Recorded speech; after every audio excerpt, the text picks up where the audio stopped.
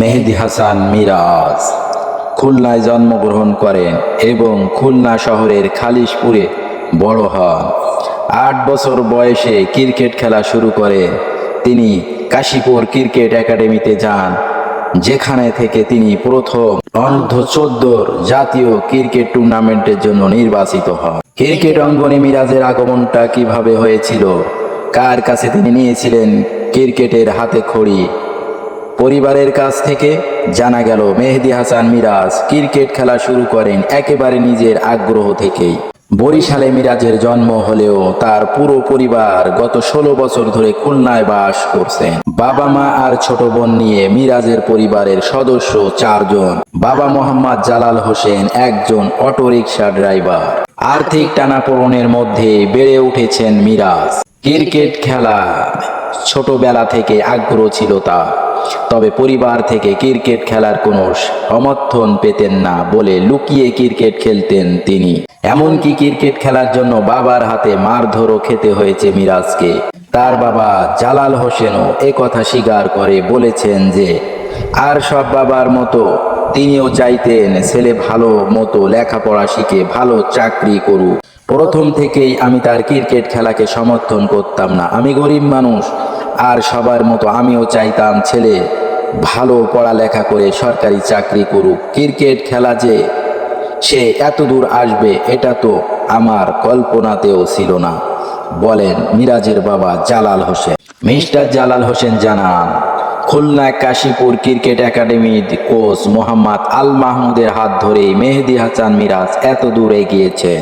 কথা হয়েছিল মোহাম্মদ আল মাহমুদের সাথেও।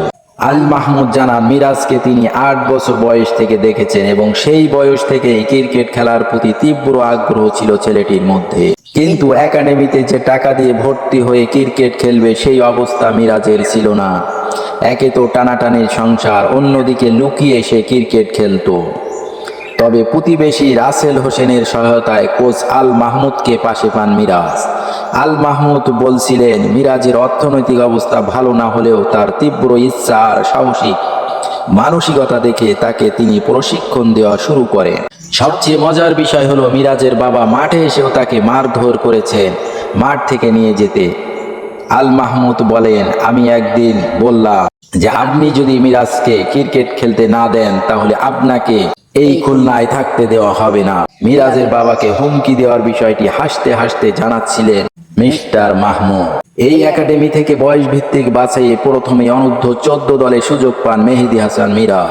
অনূর্ধ্ব-14 টুর্নামেন্টের সেরা খেলোয়াড় হিসাবে 25,000 টাকা জেতেন মিরাজ।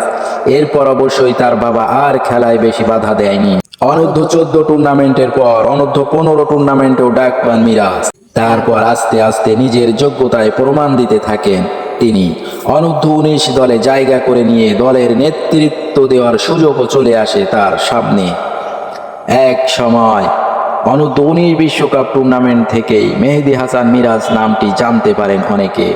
এরপর তার পারফরম্যান্স দিয়েই তিনি জাতীয় দলে জায়গা করে নেন। এরপর জাতীয় দলে অভিষেকে তার পারফরম্যান্স দেখেছে বিশ্ববাসী। যদিও ব্যাট হাতে নিজের দক্ষতা দেখাতে পারেননি মিরাজ, তবে ক্রিকেট বিশেষজ্ঞদের অনেকে বলেছেন বাংলাদেশের এই নতুন মুখ ক্রিকেটকে অনেক কিছু দেওয়ার যোগ্যতা রাখে। মেহেদী হাসান মিরাজ বাংলাদেশের সবচেয়ে প্রতিভাবান এবং মনোযোগী তরুণ ক্রিকেটার।